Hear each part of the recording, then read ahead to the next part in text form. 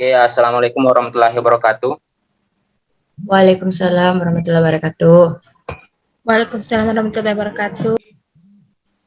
Ya, jadi pada kesempatan kali ini kami dari kelompok 4 akan membawakan materi kewirausahaan terkait kreasi dan inovasi.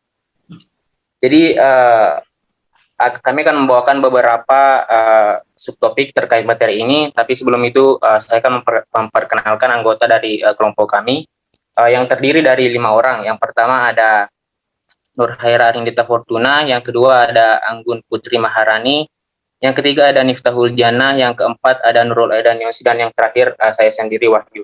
Ya, jadi tanpa berlama-lama lagi untuk pemateri pertama saya persilakan kepada Nur Haira Arindita untuk membawakan materi. Dipersilakan.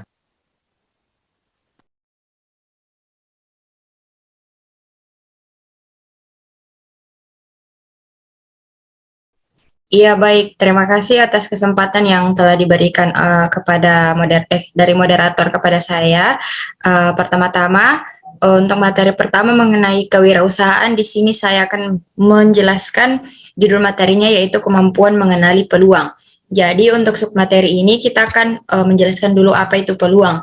Jadi peluang itu merupakan ide atau mimpi yang telah dianalisis secara matang untuk menjadi potensi yang menguntungkan, sehingga dibutuhkan usaha terus-menerus dari seorang wirausaha untuk kemudian mereka bisa memikirkan ide-ide serta pengembangan dari suatu bisnis. Kemudian bagaimanakah peluang dapat muncul dan bagaimana memanfaatkannya.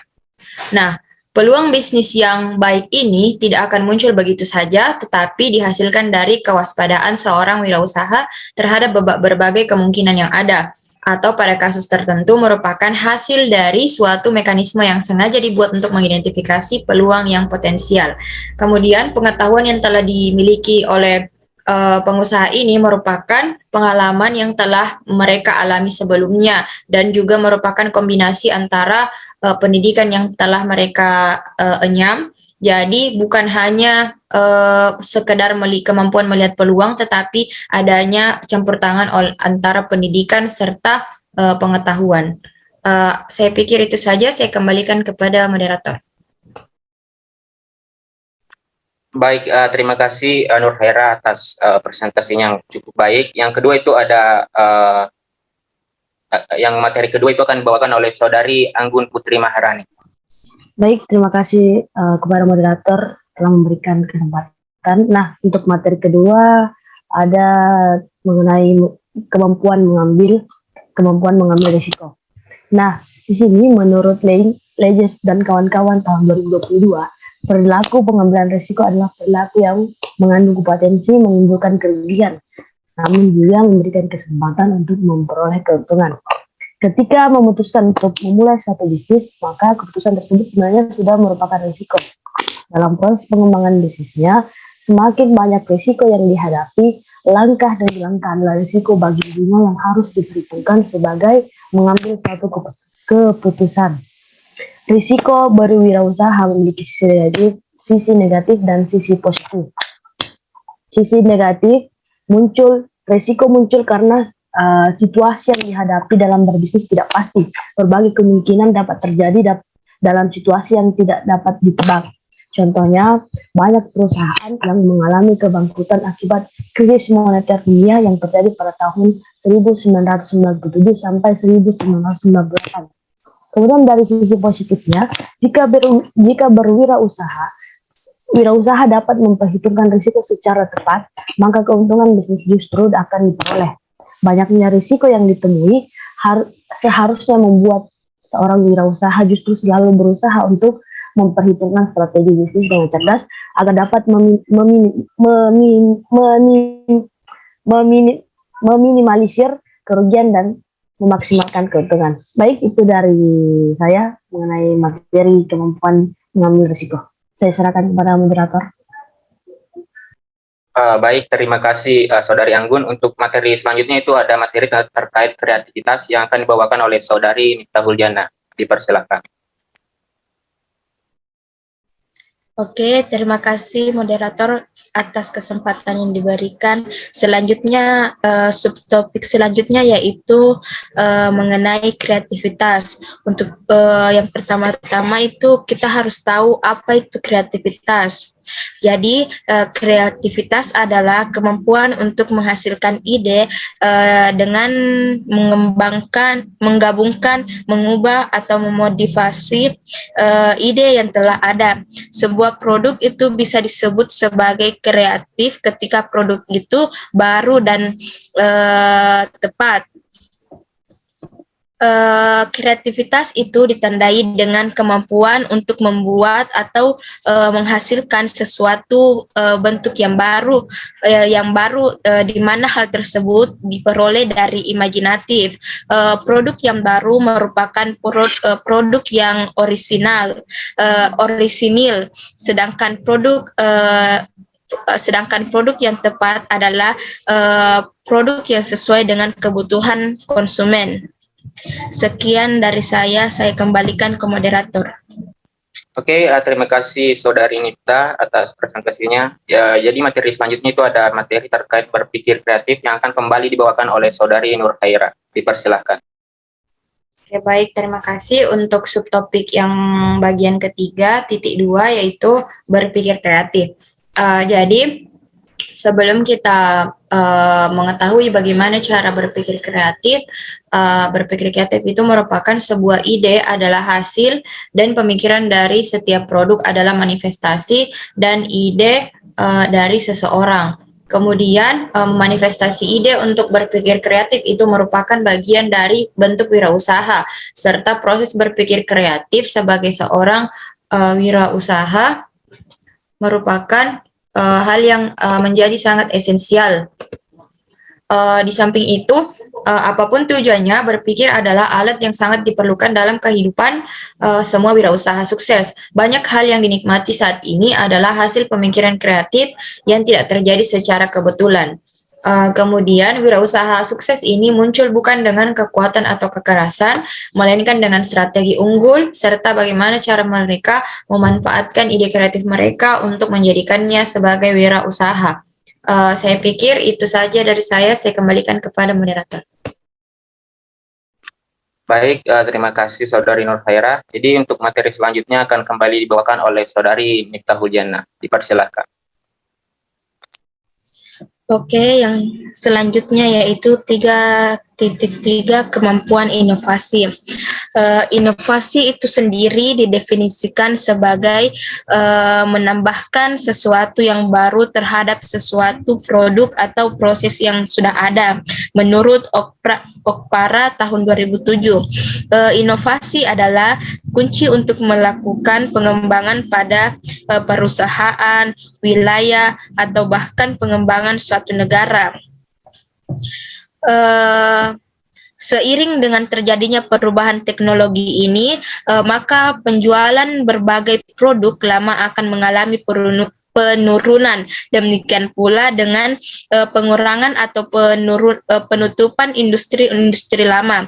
Oleh karena itu, dibutuhkan berbagai penemuan baru maupun inovasi baru untuk memperkuat perkembangan ekonomi di masa depan yang akan datang.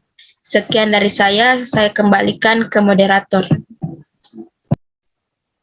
Oke, terima kasih Nifta. Jadi untuk materi selanjutnya kan saya bawakan sendiri dan materi ini terkait jenis-jenis inovasi. Ya, jadi inovasi memiliki beberapa tingkatan dan tergantung pada ide-ide yang dihasilkan. Jadi mengacu pada Hisrik pada tahun 2010, inovasi memiliki 3 tingkatan, yaitu breakthrough innovation, technological innovation, dan ordinary innovation. Yang pertama ada inovasi breakthrough.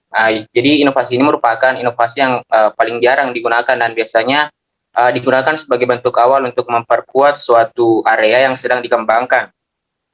Karena inovasi jenis ini menjadi platform bagi inovasi selanjutnya, maka inovasi ini harus dilindungi melalui hak paten, menjadi rahasia perusahaan atau hak cipta. Ya, jadi contohnya itu ada penemuan penisilin, mesin uap, komputer, pesawat, kendaraan, internet, dan teknologi nano. Ya, jadi jenis inovasi yang kedua ada inovasi technological. Jadi inovasi ini bisa dibilang lebih sering muncul setelah inovasi breakthrough. Walaupun inovasi ini tidak sama dengan penemuan dan pengembangan ilmiah, namun tetap memiliki arti penting untuk pengembangan suatu produk atau pasar. Inovasi ini juga membutuhkan perlindungan hukum. Jadi contohnya itu ada penemuan PC atau personal computer, pesan suara dan teks atau pesawat jet. Yang terakhir itu ada inovasi ordinary. Jadi inovasi ini merupakan inovasi yang paling umum dijumpai, dan jenis inovasi ini umumnya merupakan pengembangan dari suatu inovasi teknologi yang menghasilkan produk barang atau jasa yang lebih baik atau lebih sesuai dengan selera pasar, dan biasanya dilakukan setelah melakukan analisis pasar, bukan karena dorongan faktor teknologi. Dan salah satu inovasi ordinary yang umum saat ini adalah inovasi di bidang pangan dalam menciptakan makanan instan, misalnya mie instan dan bumbu dapur instan. Ya, jadi mungkin sekian dari saya, dan untuk materi yang selanjutnya akan dibawakan oleh Saudari Nurul Aidanyosi.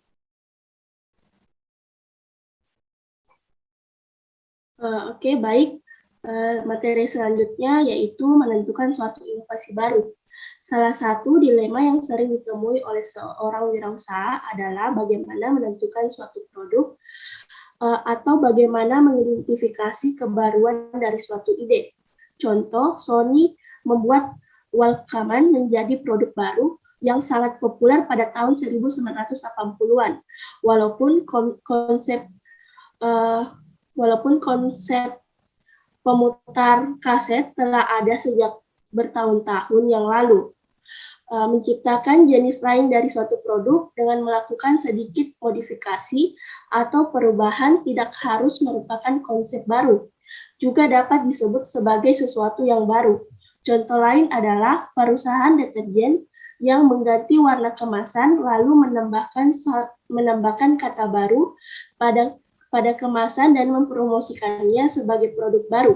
Dalam hal ini, produk tersebut dianggap sebagai produk baru oleh perusahaan, namun bagi konsumen bukanlah sesuatu yang baru. Perusahaan juga dapat melakukan perubahan pada satu atau lebih dari elemen pemasaran untuk memberikan citra baru pada produk lamanya. Sekian dari saya kembalikan kepada moderator. Oke, terima kasih Aida. Jadi untuk materi terakhir itu terkait klasifikasi produk baru yang akan dibawakan oleh Saudari Anggun Putri. Dan dipersilakan. Baik, untuk materi yang terakhir ada 3.6 mengenai klasifikasi produk baru. Nah, pada tahun 1967, Thomas Robertson mengemukakan 3 kategori kebaruan pada tahun 1967 hasil dan kawan-kawan 2010. Nah, yang pertama itu adalah continuous innovation. Pada produk ini kebanyakan digolongkan pada kategori continuous innovation, contohnya perubahan model kendaraan setiap tahun, perubahan gaya busana setiap musim, perubahan bentuk kemasan atau perubahan ukuran atau warna produk yang terjadi secara terus-menerus secara berkala. Nah, yang kedua adalah dynamically continuous innovation. Contohnya produk seperti CD, Sony Wacom, iPod cenderung dikeluarkan pada kategori kedua, yaitu di dynamically continuous. Produk ini tidak terlalu sering terjadi dan mengalami perubahan secara dinamis, di mana produk yang beredar saat ini merupakan pengembangan dari produk sebelumnya. Nah, yang ketiga adalah discontinuous innovation. Contohnya seperti produk ini merupakan memiliki fungsi yang benar-benar atau fungsi yang telah ada yang harus digunakan dengan cara yang baru. Salah satu contohnya adalah internet yang secara radikal telah mengubah gaya hidup masyarakat.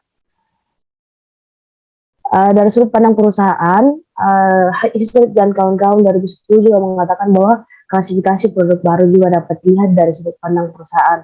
Perusahaan yang inovatif akan menyadari pentingnya mengklasifikasikan produk-produk baru mereka untuk mengenali persepsi konsumen. Salah satu cara objektif untuk mengklasifikasi produk baru adalah dengan menggunakan melihat dari sudut produk baru dan pasar baru. Baru dilihat dari seberapa banyak teknologi berkembang yang digunakan untuk menciptakan produk, sementara pasar baru atau pengembangan pasar baru didasarkan pada penciptaan segmentasi pasar yang baru. Terima kasih. Saya kembalikan kepada moderator. Ya, terima kasih Saudari Anggun. Jadi itu tadi merupakan materi terakhir dari yang telah dibawakan oleh kelompok kami. Jadi terima kasih atas perhatiannya. Mohon maaf jika ada kesalahan. Wabillahi taufiq wal hidayah. Wassalamualaikum warahmatullahi wabarakatuh. Waalaikumsalam warahmatullahi wabarakatuh.